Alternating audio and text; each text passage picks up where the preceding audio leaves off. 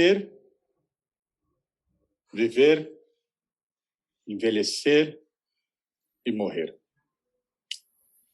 Como será a velhice daqui a alguns anos? Como será que as pessoas lidam com a velhice hoje? Qual é o impacto emocional para isso? Sabemos que em 2030, por exemplo, 30% da população da Alemanha e japonesa será de idosos. E aqui no Brasil, 25% da população. Então, isso já é um tema presente. E a maneira como a gente vive o nosso hoje determina como a gente vive o amanhã. Né? Você tem a idade que tem hoje, mas com certeza, há um tempo atrás, você imaginava a idade que você tem hoje como algo distante. E ela é presente. O mesmo vai acontecer com a velhice. Eu escuto algumas vezes as pessoas falando, não, eu não vou envelhecer. Eu não vou ter traços de velhice. Será? Como a tecnologia traz isso e principalmente como nós estamos lidando e se estamos mais preparados ou mais despreparados do que antigamente. Oscar Niemeyer, por exemplo, no seu aniversário de 100 anos, ele diz o seguinte: fazer 100 anos é uma grande besteira, porque com 70 anos você começa a se despedir dos seus amigos. Uau! E aí, pessoal, como isso toca vocês? É tão interessante, né? Tão relativo. Você estava falando assim, né? De imaginar a idade que a gente tem hoje. Eu me lembrei de um episódio assim que eu encontrei com um filho de um amigo nosso. E ele tinha 9 anos, né? E aí ele estava tentando descobrir a nossa idade, assim. E aí eu falei, quantos anos você acha que eu tenho? Ele, eu acho que você tem uns 18. Aí eu fui e falei, nossa, e tal. Aí chegou a minha irmã mais nova. E eu acho que você deve ter uns 21. Falou assim, achando que as pessoas são super velhas, né? 18 e 21 anos. Aí eu falei que eu tinha 35, né? Na época ele falou assim, você tem 35, né? Aquela coisa de achar que é super velho, né? Para uma criança de 9 anos. E aí hoje a gente vê, né? Isso que você estava falando, né, Marcelo? Assim, quando uma pessoa morre aos 70 anos, 60, nossa, morreu super novo, né? Hoje em dia, assim, a gente vê. Porque as pessoas estão se desabituando a ver realmente o envelhecimento, né? Assim, que o envelhecimento hoje, ele é meio que sinônimo de 80, 90 anos, né? Uma pessoa com 60, 70 anos é ainda uma pessoa cheia de saúde, né? Começa a ter vários problemas, assim, mas teoricamente a gente ainda se espanta, né? Com a morte nessa idade, assim. É uma coisa que vai deixando de... É comum, bastante comum, mas, assim, a gente ainda fica com aquele pesar, né? De, morreu novo, né? Eu acho que... enfim, eu acho que tem toda a questão também dos procedimentos estéticos, né? Que a gente já até comentou aqui. É como se fosse proibido envelhecer ou mostrar que você tem, né? Sei lá, traços de envelhecimento mesmo, assim, né? Eu acho que, enfim, essa questão das redes sociais acaba contribuindo para isso um pouco, né? E é uma indústria milionária, né, Vivi? É uma indústria milionária. E, na verdade, eu acho que não só os procedimentos, né? Eu nunca fiz nenhum procedimento estético, né? Pelo menos não ainda, mas eu nunca fiz. Mas eu lembro de ter visto a foto da minha avó com 47 anos, eu tenho 44. Eu vou refutar, vou fazer 47. Depois eu te falo. tá. E eu vi uma foto da minha avó com 47 anos, ela parecia uma senhora de 80 anos, né? Então, o envelhecer está diferente. Tem gente que acredita que é porque a vida talvez não seja mais tão pesada como antigamente, a gente fica menos no sol, se alimenta melhor, né? Se hidrata melhor, tem mais conhecimento, né? Então, a minha bisavó teve 8 filhos. Você imagina o impacto também, o estresse que é isso. Então, o envelhecer ele está diferente. E tem toda uma questão de condição socioeconômica melhor também, né? Também. Muita gente acha que o mundo está piorando, isso aqui é bastante discutível, né? Porque a mortalidade infantil, por exemplo, há pouquíssimo tempo atrás, era muito maior. E um dado que eu sempre gosto de falar quando a gente toca nesse tema é que em 1900 a expectativa média de vida no mundo era de 40 anos. Em 1900, sabe? Em 1940 era de 45 anos. E eu, quando eu estava na terceira série, que já tem bastante tempo isso, eu lembro da professora na aula pegar e falar que a expectativa de vida média do brasileiro era de 63 anos.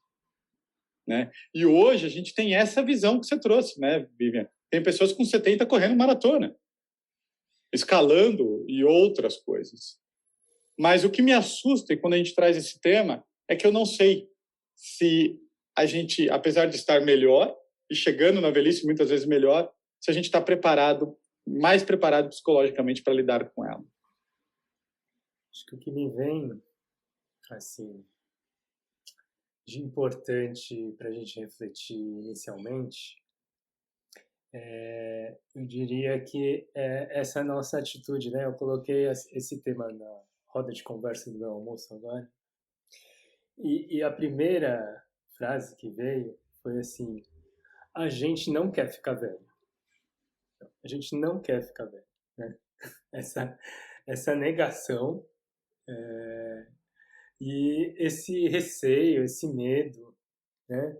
Esse não desejado. O envelhecimento é o não desejado, né? Acho que você citou, Marcelo, a frase do Niemeyer, né? De o que é? É uma grande besteira? Não sei, né? Fazer 100 anos. É uma grande besteira. Por que será que ele sentiu ou expressou dessa forma? Será que é uma grande besteira? Não. E é algo que a gente tem aversão, receio, ou que eu pergunto, né? Eu gosto às vezes de convidar a cada um de nós a gente se perceber e como que eu me relaciono com esse processo de passagem do tempo? Eu, na minha própria vida. Como eu me relaciono com o processo de passagem do tempo do meu corpo, da minha vida, e como eu me relaciono com o processo de passagem do tempo dos meus queridos ao meu redor, né? De repente dos meus pais, dos meus irmãos, dos meus tios, dos meus avós, ou de pessoas que nem estão aqui mais, né? Como eu me relacionei com esse processo? E o que aconteceu comigo? Comigo mesmo e com as pessoas, porque esse é um fato, né? Parece inevitável envelhecer e ao mesmo tempo existe uma luta, né? Até existe uma área da medicina que se chama medicina anti-envelhecimento, né? Em vários aspectos, né?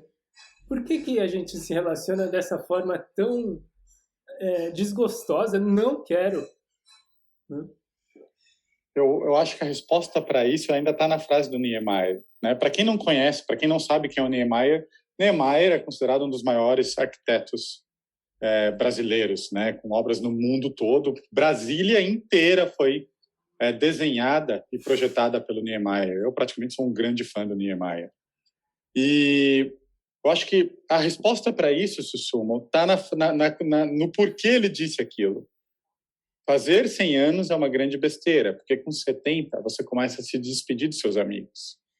E aí vem muitas dores e danos e pesos. Porque se você dá tchau para os seus amigos, você não tem mais ninguém que é testemunha da sua vida e do seu viver. Então é quase como se você não tivesse existido. É quase como se você não tivesse mais história. Quando a gente perde a mãe, quando a gente perde o pai, quando a gente perde... Sabe, é uma parte do meu eu que só eu conheço e que nunca mais vai existir. Só eu e minha mãe viveu. Só eu e meu pai viveu. Só eu e aquele meu amigo. Né? Esse caso assustador do deslizamento que teve agora no litoral norte, né, das chuvas. Eu tenho uma amiga psicóloga que não era uma pessoa muito próxima, mas que morreu. E parece uma coisa maluca. Como assim? Não existe. Então, é uma parte de mim que vai embora. Só que não é só essa parte que vai embora. Muitas coisas. O meu vigor físico, a minha agilidade, a minha destreza. As companhias. Eu vou ter um monte de filho para fazer companhia para mim. Não é bem assim. Em algumas famílias isso acontece, Mas a cena mais comum que a gente tem é do idoso morando sozinho. E que o marido ou a esposa já morreu e está lá. Geralmente o homem morre antes, né? E a esposa tem até um dado, que acho que não é atualizado, mas que as mulheres viviam 9 anos a mais, né? Ela consegue ficar ali. Então, a minha voz ativa social diminui. As doenças aumentam, eu não escuto direito, não vejo direito. Então, são muitas coisas que vão embora. Muitas coisas. E, na minha opinião, a única maneira de conseguir lidar ou chegar bem na velhice é desenvolvendo algumas habilidades extremamente importantes para você lidar com isso, como paciência.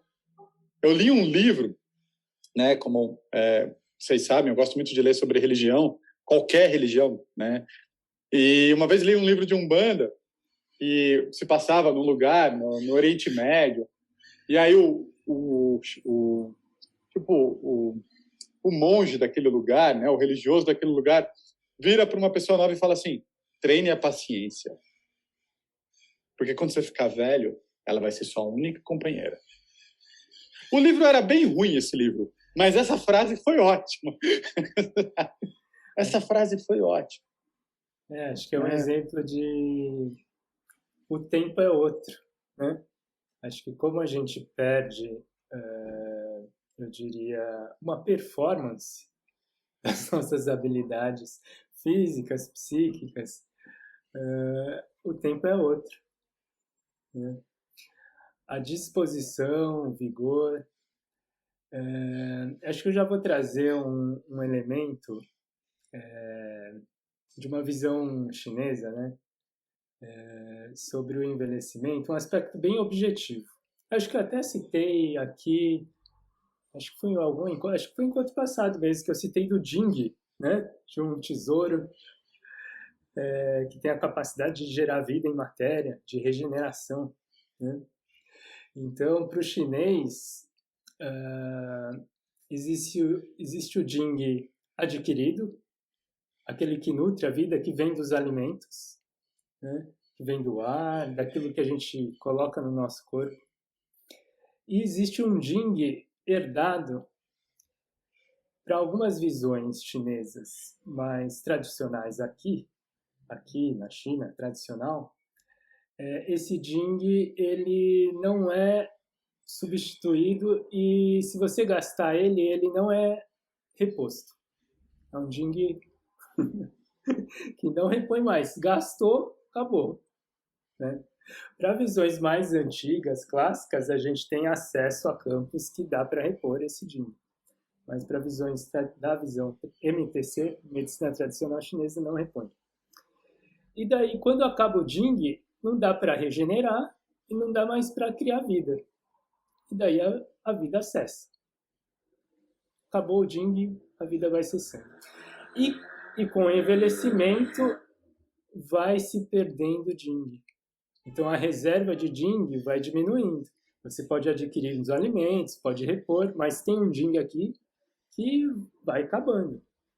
E com uma menor reserva e com uma menor quantidade de Jing, a gente fala que isso tem a ver com os rins, tem a ver com o sistema de águas e tem a ver com uma função psíquica que é a força de vontade. Então a gente vê que com o envelhecimento, para um idoso, é mais fácil que tudo seja na mesma hora, né? A gente coma todo dia na mesma hora, que as coisas estejam tudo no mesmo lugar, que não haja mudança nas mobílias. Por quê?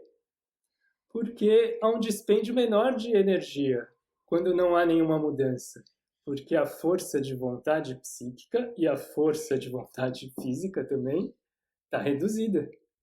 Então, quanto menos esforço... Nossa, mas é um esforço para fazer tal coisa, é um esforço para mudança, né? Então, realmente, está numa condição que meio que está na reserva. Eu não vou ficar gastando a esmo. Não, está na reserva, eu não tenho muita disposição. Isso é para manter a vida, o meu dia a dia, né? Então, essa minha relação com essa nova condição, quando você fala tenha paciência, de fato, é um outro tempo, é uma outra condição de vida. Então, requer muita paciência. Se eu, na minha condição de reserva, né, a energia está em reserva, eu quiser estar no mesmo ritmo de uma outra pessoa, numa outra idade, bem mais jovem, não existe essa disposição. Só vai querer uma coisa que é, às vezes, impossível de fazer. Né? Só vai ficar na ansiedade. Então, de fato, requer muita paciência nesse momento da vida. E a gente vai chegar nesse momento. Né? Só uma visão chinesa aí para complementar. Mas eu acho que é interessante, né, Tsum? Você estava falando assim, que a velhice é vista como uma coisa que a gente não quer, porque que a gente rechaça tanto isso. Eu não sei se não é que a gente não quer envelhecer, sabe? Mas eu acho que a gente, assim, as pessoas geralmente não querem tudo que vem associado a isso, porque é quando começam os impactos das doenças crônicas começam a impactar mais, né? Tem menos vitalidade. É isso, você começa a perder seus amigos. Então, não sei se é o envelhecimento em si, mas é o fato da sua representação social, né? E a sua condição. É muito difícil você lidar com uma condição crônica, por exemplo, né? A aceitação não é uma coisa que você atinge e acabou, né? É uma coisa que você vai aos pouquinhos, você vai, aceita, depois você fica bravo porque acontece alguma outra coisa, e você não quer aquilo de novo, aí você fica triste. Então, eu acho que é um lidar constantemente com, assim, no seu corpo, né? Com aquela impermanência que a gente sempre está falando, assim. E eu acho que, para além disso, tem uma questão social também. Então, igual as redes sociais, né? É impossível você não se comparar hoje. Então, um idoso... E, assim, hoje, se a gente vê uma pessoa com quase 60 anos, 50 e poucos anos sendo demitida, é muito difícil ela se recolocar no mercado, assim. A não ser que ela, sei lá, faça alguma outra coisa, mas ela se recolocar da forma como ela vinha habituada a estar no mercado, ela praticamente quase tem muito pequena chance de conseguir. Então, assim, uma pessoa com 50 e poucos anos, 60 anos, já tem essa dificuldade, você imagina uma pessoa com 80 que ainda tem vitalidade, né? Então, eu acho que não é só uma questão, uma dificuldade nossa ou a falta de paciência. Eu acho que é todo um contexto estrutural mesmo que dificulta, né, que a gente viva bem esse envelhecimento, né? Porque é isso, com esse acesso aos procedimentos, ao prolongamento da vida, né? Que a gente sabe que é desigual, né? Então, as pessoas que vivem uma vida de maior privação, elas têm mais chance de desenvolverem doenças crônicas. Então, assim, é uma série de coisas que eu acho que não é só que a gente rechaça, né, o envelhecimento. A gente rechaça tudo isso que vem junto e isso não é como se você ficasse realmente à margem da sociedade, né? Uma coisa interessante é com aqueles dados do envelhecimento do mundo, você não vai estar à margem da sociedade. Você vai ser quem manda na nossa sociedade daqui a um tempo. 30%, 25%, o mundo vai ter que estar mais preparado para idosos, com mais políticas públicas, a gente vai ter que ir mais ou menos nessa direção. E uma coisa assim, teoricamente, né, Marcelo? Tem teorias que eu depois vou falar que eu acho que não necessariamente, né? Sim, porque a gente realmente não sabe o que vai acontecer. Mas uma coisa que eu digo é que a medicina hoje, ela está te entregando a idade. Ela está te entregando a idade. Provavelmente você vai chegar nos 100 anos. A verdade é que daqui 20, 30, 40 anos há grande chance de passar, porque a medicina está entregando. O problema é que como eu chego lá? E aí, juntando a fala de vocês dois, tem um ponto importante que é o que veio na minha cabeça quando a gente decidiu esse encontro, né, esse tema. A velhice é hoje. A velhice é hoje. O que eu quero dizer com isso? A única maneira de eu chegar acumulando algumas habilidades, como o Sumo falou, o tempo é diferente lá, é tendo treinado isso hoje. E a única maneira de eu me preparar hoje é saber do meu amanhã. É como se preparar para uma prova. Eu sei que tem uma prova daqui a um tempo. Então, eu me preparo para ela. Vou viajar, eu junto dinheiro para a viagem. A vida inteira a gente está fazendo isso. E no caso da velhice, né, se tudo der certo, porque se você não ficou velho, é porque deu bem errado antes. Mas se tudo der certo, né? A sua velhice está aí. E eu preciso pensar nela para me preparar para ela. Porque a paciência não é algo fácil. Claro que a vida tem seus mecanismos de te colocando de joelho, te preparando. Mas se a gente se dispõe a, se torna um movimento muito mais tranquilo. Por quê? A gente vai precisar desenvolver paciência, isso com certeza. Então, se você é uma pessoa que já tem muita dificuldade com a paciência ou com as coisas não serem do jeito que você quer, quando você ficar velho, você está ferrado. Porque até a visita dos seus filhos vai ser quando eles puderem te visitar. Sabe? Tudo vai ser no tempo do mundo, não mais tanto o seu tempo. Você vai precisar de coragem para tocar a vida, porque você não vai saber o amanhã, a morte está aí. Né? E com isso, uma espécie de fé, não necessariamente fé religiosa, mas é a fé que a gente tem hoje quando a gente pega o carro e vai para o supermercado, para o shopping, porque o shopping pode cair, o teto pode cair na sua cabeça. A gente já tem que ter uma coragem para a vida, uma fé na vida. Né? E, talvez uma das coisas mais importantes, além da saúde, a locomoção. Então, se você é uma pessoa com uma estrutura pesada que nem eu sou uma pessoa com uma estrutura pesada. Eu preciso ter as pernas fortes, preciso ter uma boa saúde no meu quadril, se eu quiser me locomover com os meus próprios pés. Né? E isso eu tenho que começar agora. Tem que começar agora. Não adianta chegar com 60, 70 anos. Né? Então, é importante a gente pegar e olhar que a velhice já é agora. Você já está nesse processo. É como uma viagem. A viagem está ali. Né? Então, é importante eu pensar para eu me preparar. Só um exemplo que me vem sempre à cabeça.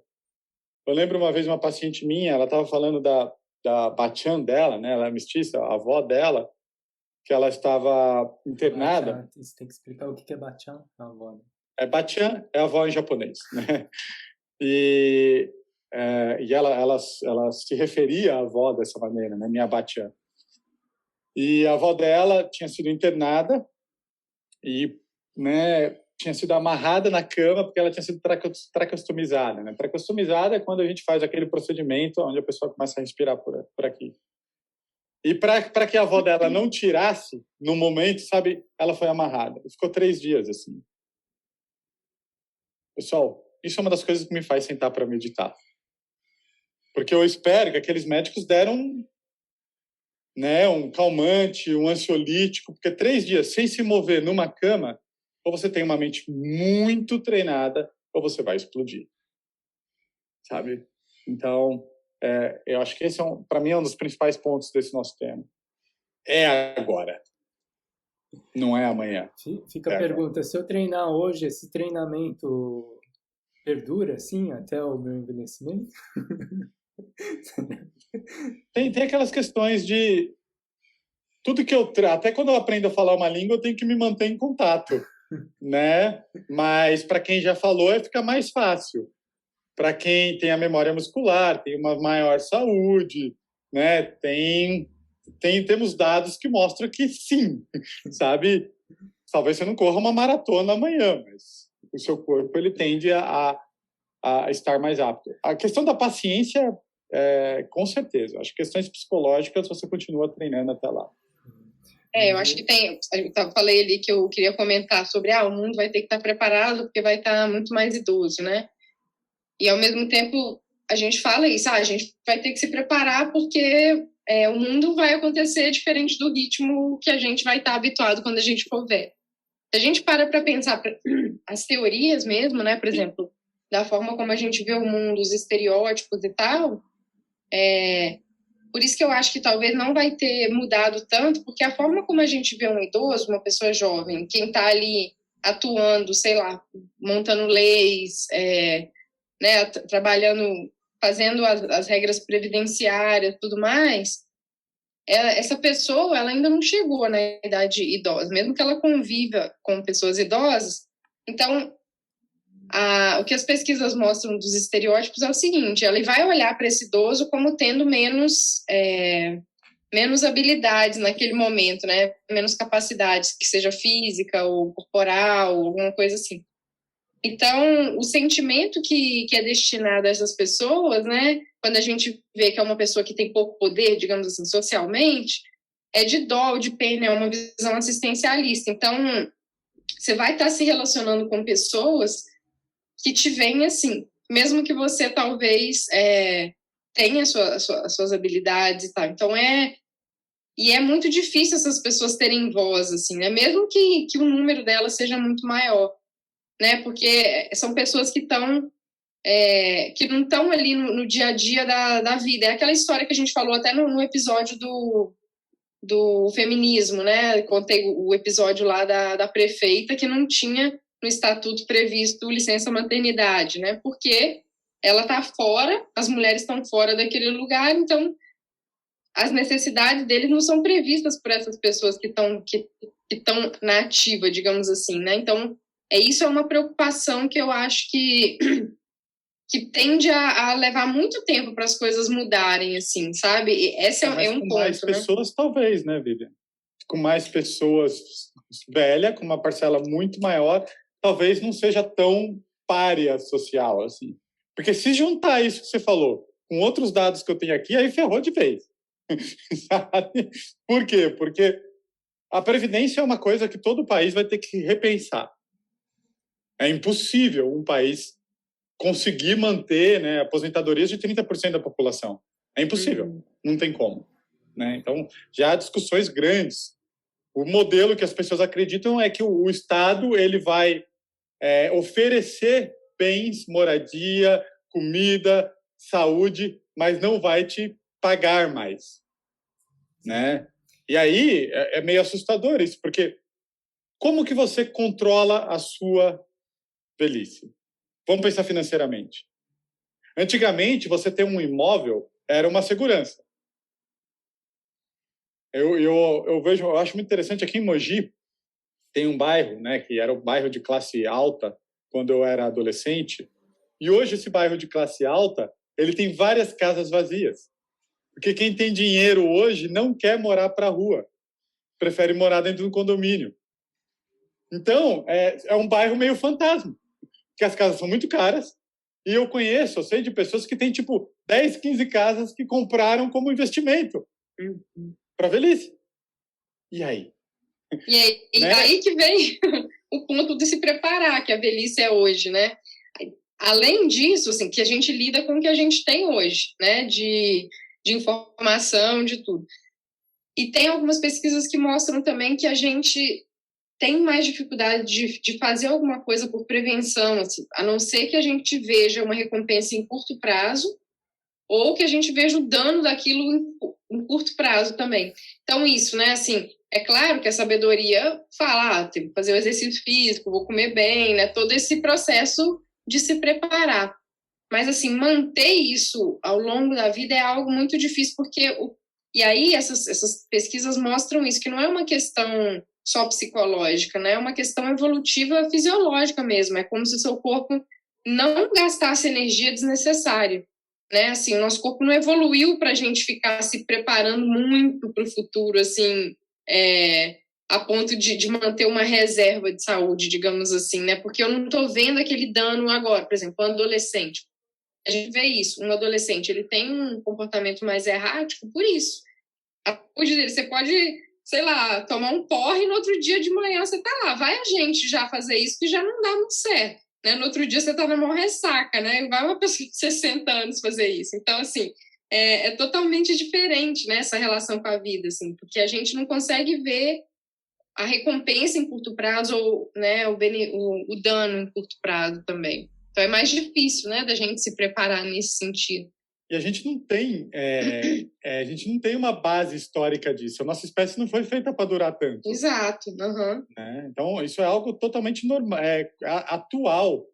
E a gente não sabe. E eu, particularmente, isso é uma coisa que a gente já conversou em outros lugares. Como que vai ser? Você falou que não dá para viver sem se comparar. Aliás, a comparação é uma medida social humana. A gente faz isso o tempo todo. Né? É onde eu me situo. Eu só sei que eu sou determinado profissional porque eu me comparo com outros profissionais. Só sei que sou velho, só sei que sou novo por comparação. O problema é que, pela tecnologia hoje em dia, você vai conseguir se comparar com você mesmo. E você vai olhar quando você era mais novo, quando você tinha, de repente, uma voz mais ativa.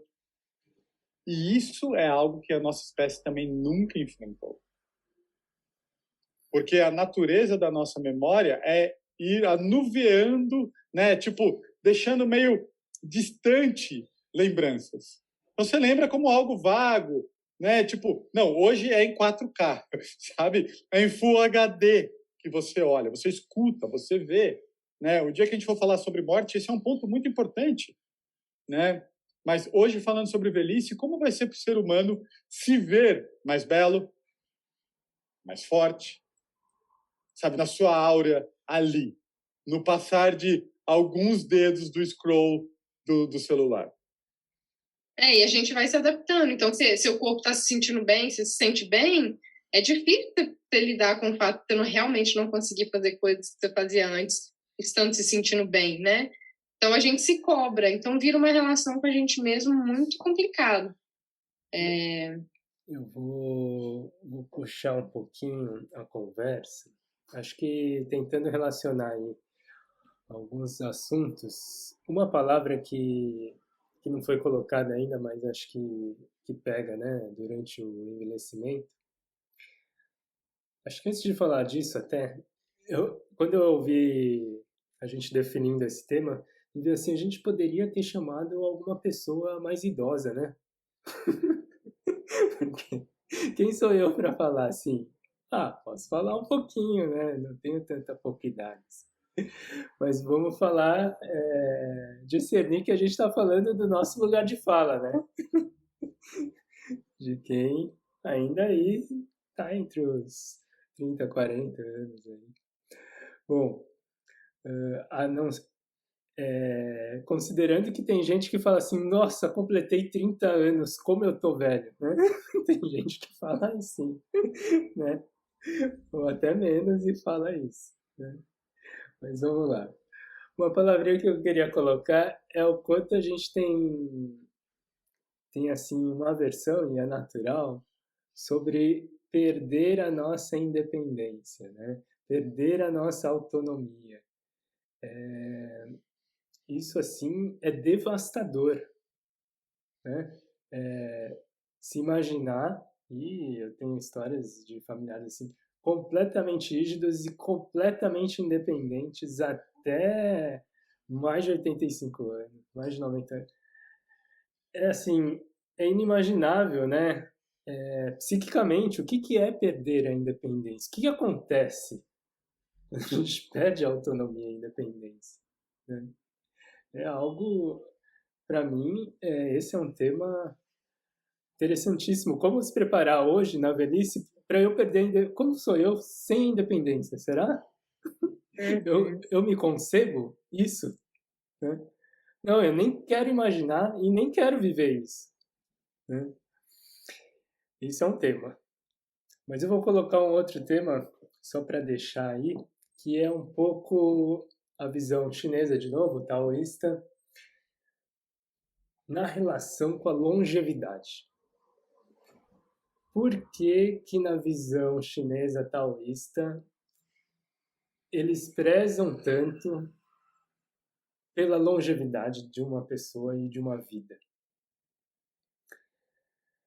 Porque, pelo que eu tenho compreendido, não é porque, viver mais é bom.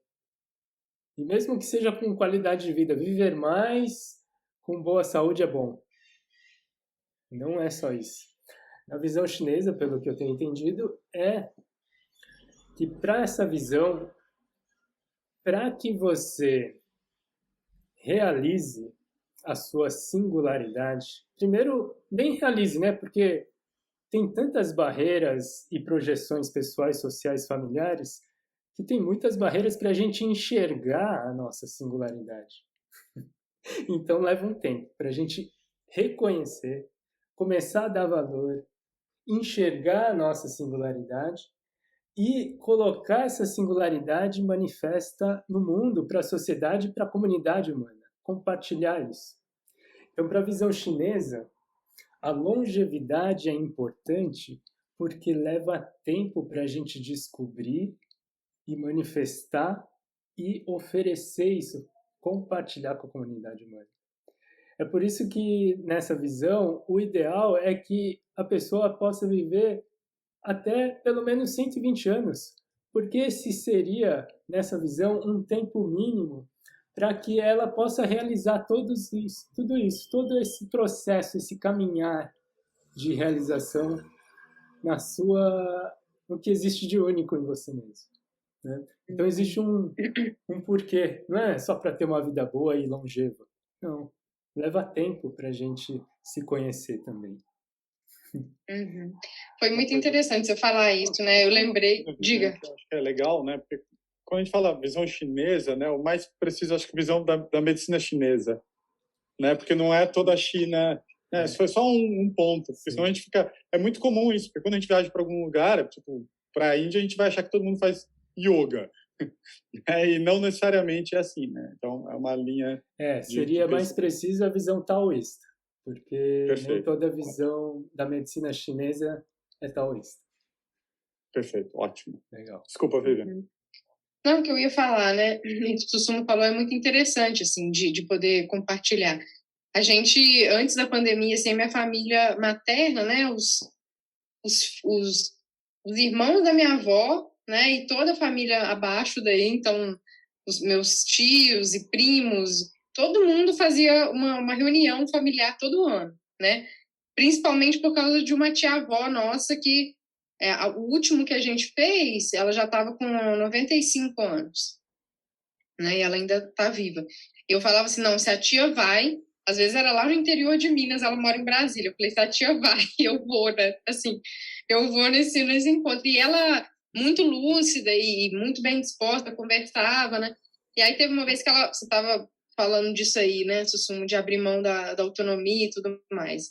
Ela foi uma mulher que ficou viúva muito jovem, assim, já tinha 4 filhos, estava grávida do último, né, do quarto, morando em Brasília, que não conhecia, ainda tinha pouco tempo que ela tinha se mudado para lá, né, a cidade estava começando na época. E, enfim, deu conta da vida dela sozinha, então uma mulher muito autônoma, assim, ela falando assim, minha filha, e eu converso muito com ela, né, nesses encontros, né, ela falava assim, não, porque agora, né, andando de andador, já que ela estava no último, uma das coisas mais difíceis, assim, é você não dominar mais o seu próprio corpo.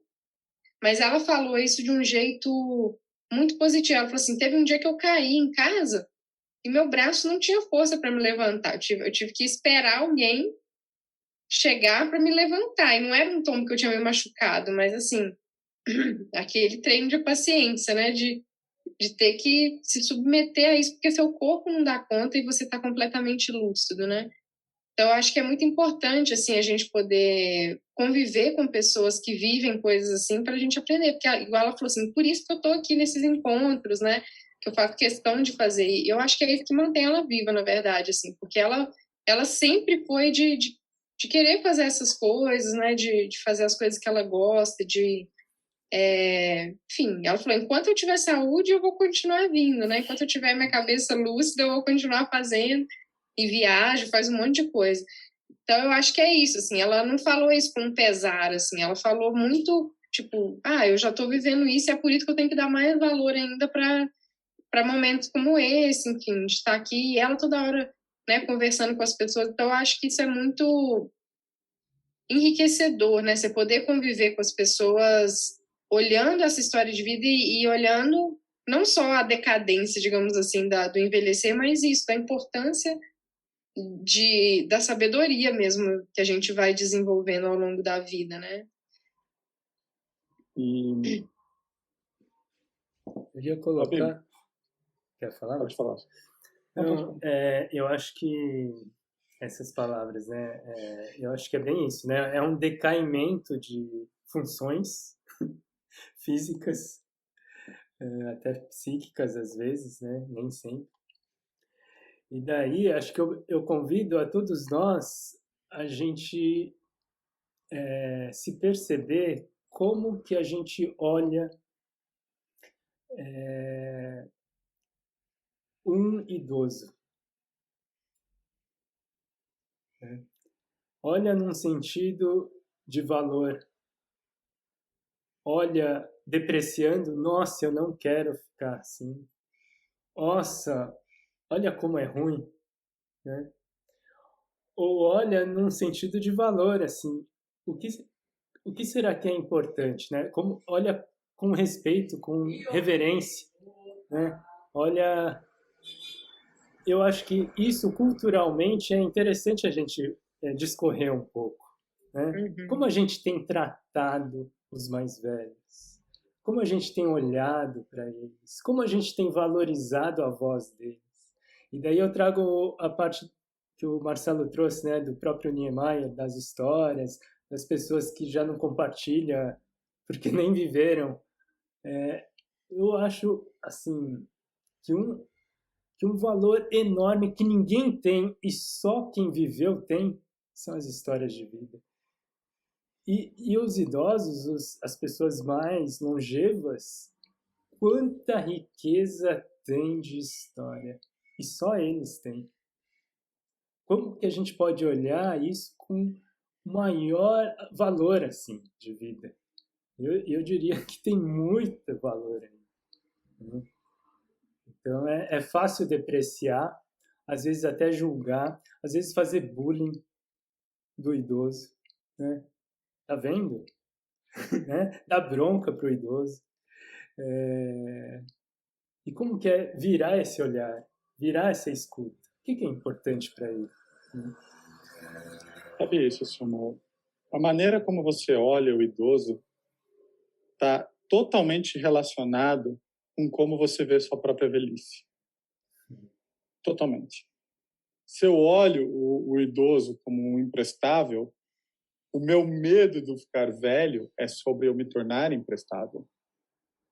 Se eu achar que um idoso não tem valor, o meu medo é eu perder o meu valor. Então, o olhar é um exercício um pouco mais longe, porque ele está totalmente associado ao medo e o terror que eu tenho do envelhecer. E talvez aqui um grande ponto, acho que não agora, mas na hora que a gente vai caminhando para o final, o que a gente pode fazer para clarear a minha velhice, mas com certeza um desses pontos, um ponto seria esse. Começar a treinar o meu olhar de coragem para ver o idoso, porque isso vai me dar coragem para ver a minha velhice. E me dar escolha de como eu quero viver a minha velhice. Porque o tema, né, de abuso e negligência, ele é algo presente. E se eu tiver alguma escolha no meu envelhecer, porque às vezes a vida não dá, eu tenho que procurar meios, lugares, às vezes até nação, aonde o idoso é mais respeitado. E tem lugares, né? Então, a Vivian é mineira. Quando você pensa no mineiro, você pensa em acolhimento, sabe? Eu penso na minha velhice em passar a minha velhice nas montanhas de Minas, sabe? Ué, aliás, é um assunto interessante também, porque a velhice, ele é um ramo econômico futuro. Ele é uma profissão do futuro. Pouca gente fala isso, mas ela é. Esses dias eu vi, quando eu fui assistir o Fantasma da Ópera um tempo atrás, mentira, uma peça que inclusive vai sair de novo, chama Wicked, que é a Bruxa Má do Mágico de Oz.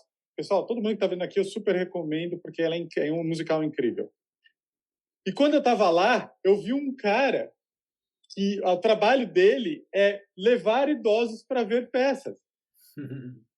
Então, ele tem uma van, ele passa na casa, dá toda a assessoria, compra os ingressos, cuida, faz isso. Então, estava ele e mais lá umas 20 senhorinhas, né? E isso é uma profissão do futuro. Eu andando no caminho de Compostela alguns meses atrás, eu conversando com um espanhol, eu falei, vamos montar isso. Porque uma coisa que eu acho legal, e aqui no CPM a gente já teve isso como projeto, né, a gente já conversou sobre isso. Muitos idosos pagariam para passar a sua velhice num espaço cuidado, numa casa que ele bancasse, não que a família pôs, mas que tivesse natureza, que tivesse cuidados médicos, que tivesse isso. Eu, particularmente, como não casei e não tenho filhos, pelo menos por hora, eu direcionaria e pagaria já. Como eu prefiro pagar isso do que minha previdência, né? Porque daí eu estou escolhendo. E já existem modelos assim na Europa, nos Estados Unidos. Eu acho que esse é o modelo futuro, sabe? Tanto estatal quanto particular. Eu acredito nisso. Então, quem não sabe o que vai fazer da vida daqui 20 anos, talvez aqui seja uma área de negócio.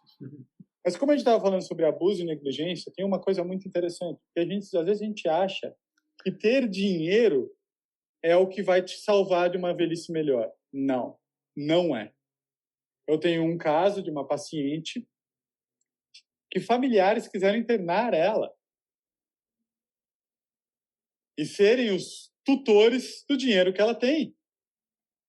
Recentemente aconteceu uma filha internando a mãe. O que aconteceu com o Maradona é uma das coisas mais assustadoras que tem. O Maradona, ele era deixado dopado. A história é muito mais tenebrosa do que isso que eu estou falando. Mas era deixado dopado pelos médicos, pelos cuidadores, pelas pessoas que estavam ali para cuidar dele, pagas para cuidar. Sabe? Então, não é só cuidar do corpo, não é só cuidar, é cuidar das minhas relações, como eu me relaciono com o mundo e quem está junto comigo. Então, porque, infelizmente, o abuso e a negligência de uma pessoa que ela não está mais tão forte, tem a voz... Quantos casos a pessoa é proibida de entrar na fábrica da empresa que ela fundou? Então, são temas atuais e temas presentes. E se eu não cuido do meu eu agora, amanhã talvez seja um pouco mais difícil.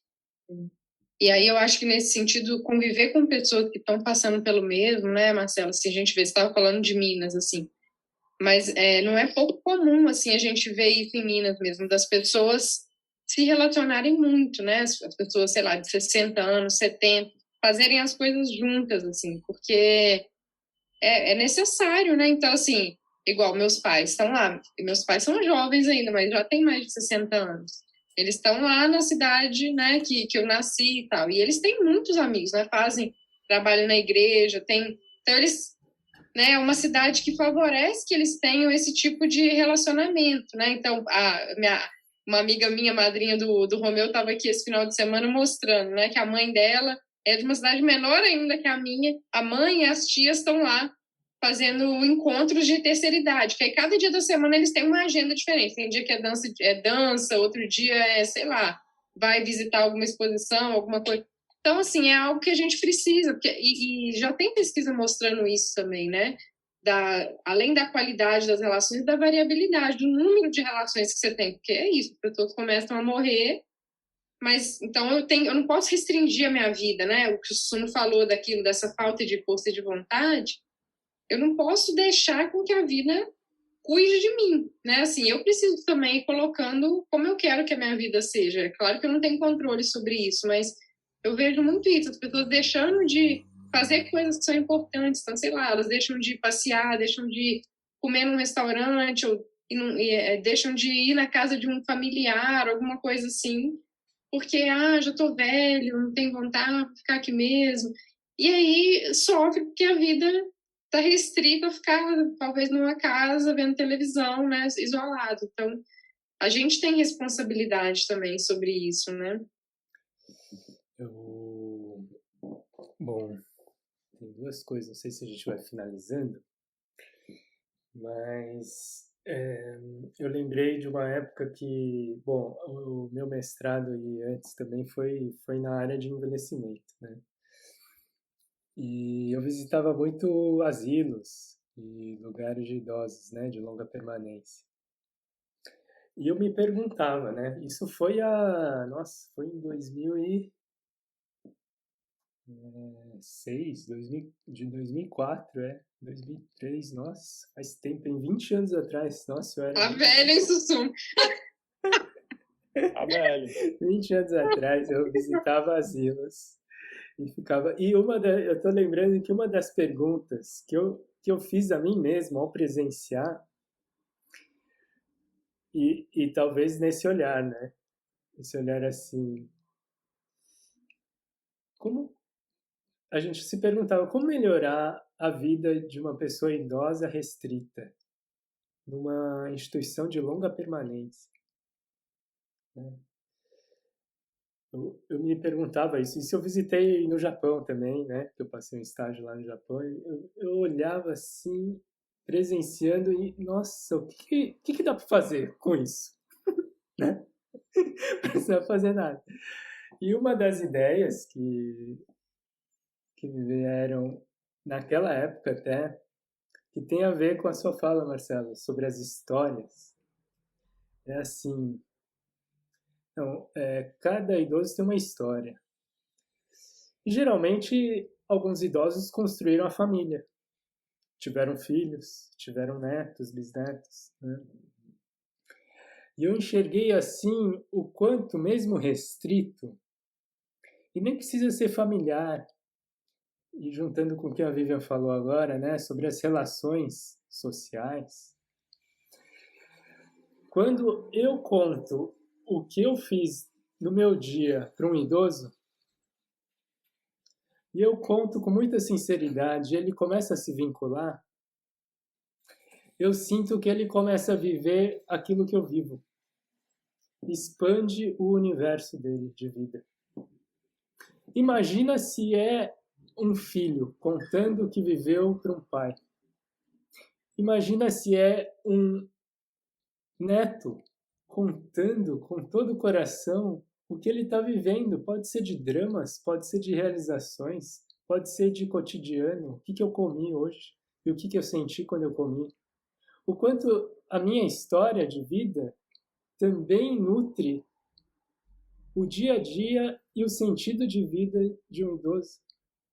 Talvez ele esteja tão restrito que ele não possa viajar lá na Chapada Diamantina, viver as cachoeiras.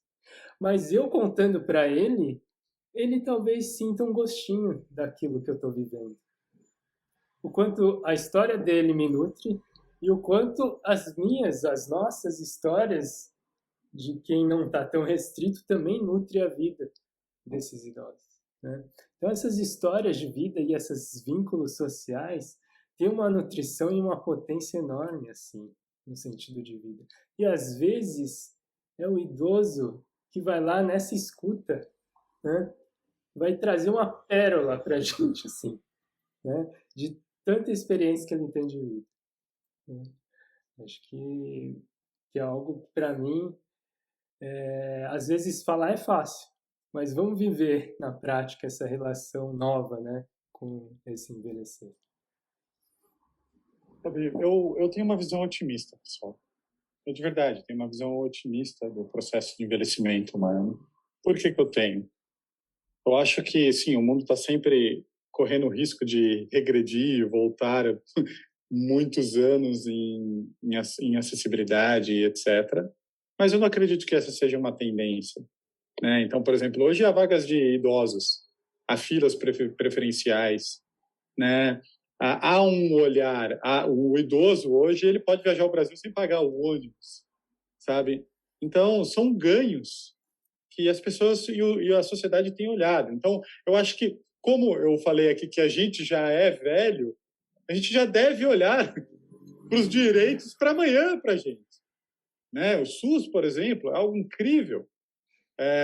Então, devemos manter esse olhar e eu acredito que, na verdade, a gente vai ter mais, como o direito de habitação, eu realmente acredito, direito à acessibilidade, a medicamentos, a cuidados médicos, eu acho que a gente vai para esse lado, eu realmente acredito. Mas o que vai definir mesmo é como eu estou regando e cuidando desse velho aqui hoje. Vocês sabem que hoje foi até muito interessante, como vocês já me conhecem há bastante tempo, eu durante um bom tempo na minha vida, eu dediquei a minha energia vital a conhecer o mundo, a viajar o mundo e a ter experiências, né? Então, dentro daquilo, não venho de uma família rica, então comecei a viajar com 30 anos, mas tenho a felicidade de ter podido ir a muito lugar e isso me deu muita energia. Energia de estudo, de juntar dinheiro, de trabalho e etc. E hoje não é mais o que me dá energia, não é mais o que guia a minha vida, porque eu, felizmente, todos os lugares que eu sonhei em ir, eu fui. Tem muitos lugares que eu quero ir, não quero parar de viajar, mas não é mais o que dá energia, não é mais o que faria diferença. E o que eu percebi é que não importa o tanto que eu tenha, o que eu conquiste, não é o que vai me salvar. O que vai me salvar são as pequenas coisas. É a habilidade de poder ver o mundo, ver a natureza, ver o sorriso de uma criança, cultivar uma horta, poder jogar, fazer um esporte ou qualquer coisa do gênero. São as pequenas coisas. Porque essas pequenas coisas estão inclusas dentro do meu dia. E aí é o que a Vivian trouxe, do idoso em Minas Gerais, em umas cidades pequenas. Né? Ou se juntar para ajudar na igreja, ou se juntar para fazer uma comida, para levar não sei aonde. Sabe? A minha avó e a horta dela, que era algo incrível. Né? E incrível para mim quando era pequeno. Sabe? Eu, quando era pequeno, eu comia quiabo do pé, quebrando. Mas graças à minha avó, tirar a cenoura do chão, lavar no tanque e comer. Sabe? Eu só não gostava quando ela me obrigava a ir buscar esterco de cavalo com ela. Aquilo para mim era meio pesado demais. Mas, sabe, são essas pequenas coisas que não são as mágicas. Não é o super carro que você possa comprar, não é a super casa. O que vai te salvar na velhice, porque eu falei, quer mais dinheiro que o Maradona tinha, ou que alguns pais e filhos matam, ou seja lá o que for, né? São as pequenas coisas, são as relações. É o meu olhar. E eu acho que, como nós somos professores de Mindfulness, é muito importante a gente falar da Ellen Langer, que tem muitas pesquisas que mostram que eu começo a envelhecer quando eu começo a achar que eu estou na idade de ser velho. Isso é determinante para eu começar a envelhecer. Inclusive ficar mais cego, mais surdo e etc. Então, um espírito jovem, um coração, não é jovem, um coração e um espírito voltado para a vida. Acho que essa é a diferença. E é algo que a gente deve cultivar junto com a paciência, junto com a saúde, junto com bons relacionamentos. Então, acredito que o mundo vai melhorar, mas eu acho que a gente tem uma carga de responsabilidade enorme. E tudo que vai acontecer com a sua velhice já é como você vive hoje. Já é como você vê o velho hoje e já é como você vive hoje. Se você só trabalha, quando chegar lá, você vai estar vazio. Isso é um fato. Você não vai nem saber o que gosta. Que, aliás, esse é um bom tema para um chá com prosa. As pessoas não sabem mais o que gostam. Uhum. Veio um desenho que eu não lembro mais, a gente até usava, né? Eu dava com a Verinha o curso para doenças crônicas, os fantásticos livros voadores, vale a pena assistir. Acho que isso tem a ver com uma última mensagem aqui que eu posso deixar, que é de pausar mesmo e se perguntar o que de fato é importante para mim, o que é de fato importante para você. Isso tem a ver com a velhice hoje, né? Porque se eu me dedico a cada dia ao que é importante para mim, eu posso chegar lá na velhice com muita mais força, com sentido de ter vivido uma vida que sinceramente fez sentido pra gente mesmo. Eu te ouvindo, eu falei, você não falou o que eu ia falar, né? Mas eu acho que é importante reconhecer também que enquanto você falava, eu fiquei pensando, né? Essa pergunta eu venho me fazendo muito, assim, né? E o Marcelo falou, para mim, talvez o que é importante é como que eu vivo hoje. Para mim, assim, não tem dúvida que são as relações mesmo, é o que nutre minha vida, assim, eu troco qualquer coisa por uma boa interação, né? Uma boa conexão, assim. Então, mineira, né? Mineira. Mas isso é um processo, porque às vezes a gente começa a fazer essas perguntas e não consegue colocar exatamente em prática, né? Então, acho que também respeitar esse processo de ir modificando a vida até que isso seja possível e também se sensibilizar para o que você já consegue fazer, né? Para o que já tem de agradável na sua vida. Eu acho que isso também ajuda muito nesse sentido de viver, como o Marcelo estava falando, assim. A gente precisa treinar a nossa mente a se sensibilizar para o que é agradável, né? Para essas pequenas coisas, porque elas são tão corriqueiras, né? E tão pequenas que é muito fácil passar despercebido, assim. Esses dias eu estava fazendo um exercício com uma pessoa que faz acompanhamento comigo de mindfulness e compaixão individual, assim, e eu falei do diário da gratidão. Ele, mas aí depois na outra semana eu perguntei, ele falou, mas eu sempre pensava nas 5 grandes coisas. Para mim as outras coisas são tão menores do que a saúde dos meus filhos, né, de ter boas relações e tal. Eu falei assim, então, mas quais são essas outras coisas que são tão menores assim? Você consegue entender o sentido da gente se sensibilizar a isso, né? Eu entendo que elas são menos importantes, talvez. E aí a gente conversando, ele entendeu que o sentido era isso, assim, que, essas coisas são muito importantes. Então, se eu perco uma delas, como é que fica a minha vida? Né? Se eu perco a saúde de um filho, E as outras coisas que estão ali, que eu estou perdendo a oportunidade de me sensibilizar, né? Então, eu acho que isso é super importante, assim, não são só as coisas mais importantes da sua vida, mas todo momento é um momento de você poder viver melhor, né? Então, acho que isso talvez seria a minha mensagem final, assim, de respeitar que essas grandes coisas são um processo que a gente vai construindo e que temos oportunidade a todo momento, assim, de viver melhor, né? Mas a gente precisa treinar para estar sensível a isso, né? Sabe, ouvindo vocês, me veio a fala de um mestre indiano que é muito polêmico, né? Tão polêmico que eu não vou nem falar o nome, mas ele tem uma fala muito interessante. Ele diz assim: existem 3 maneiras de morrer: em êxtase, ok, e em agonia.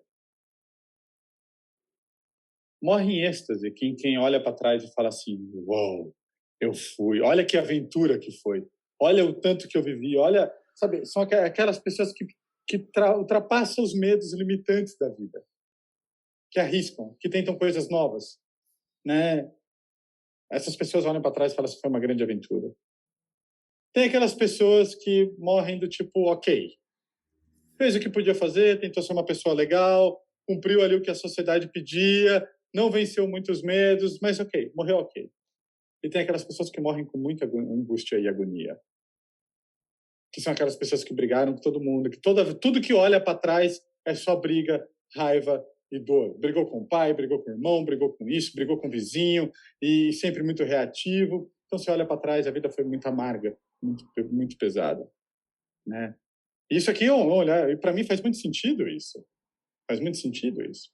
Agora, a velhice também tem muito a ver com isso. Sabe, ser um velho ranzinza não é a melhor maneira de você querer ser um velho. Se você não aprendeu que você tem que ter paciência, que as pessoas não pensam do jeito que você vai explodir lá quando você chegar na velhice. Porque vai ser muito pior, né? Então, desenvolver a resiliência. Não é nem a resiliência. A resiliência envolve, às vezes, a ideia de desconforto, né, que eu tô segurando para não estourar. É uma compreensão da vida, né? E a gente deve buscar, com certeza, esse entendimento de quem eu sou, de quem é o outro, e cuidar. E saber que mesmo cuidando, mesmo buscando, não quer dizer que vai ser bom ou fácil, porque aí é com a vida. Mas pelo menos a nossa parte a gente pode fazer, ou tentar fazer, que já é mais que o suficiente. Muito bom. Me veio só sugerir também, perguntar, além de o que é importante para a gente, se a gente se relaciona com idosos ou pessoas até um pouco mais velhas, né? A gente olhar e perguntar para essas pessoas o que é importante para você. Mesmo que ela seja ranzinza, o que é importante para você? Né? E escutar. Aí, pessoal, acho que tá bom, né? Senão a gente vai continuar aqui e a gente vai ficando meio velho no processo, porque tá demorando demais. Então, pessoal, se vocês gostaram do conteúdo, né, dá um like, compartilha, assine o canal e talvez esse vídeo seja interessante para alguém. Então, quando você faz isso, você ajuda esse vídeo a chegar em mais pessoas. Então, obrigado por estarem aí. Se vocês quiserem, comente.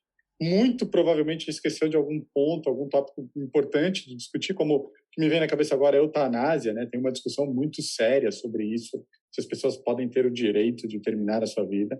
Mas talvez isso fique para um outro encontro. Então, eu agradeço aqui e obrigado por estar junto de mais um Chá com Prosa. Falou, Valeu, pessoal. pessoal. Até mais.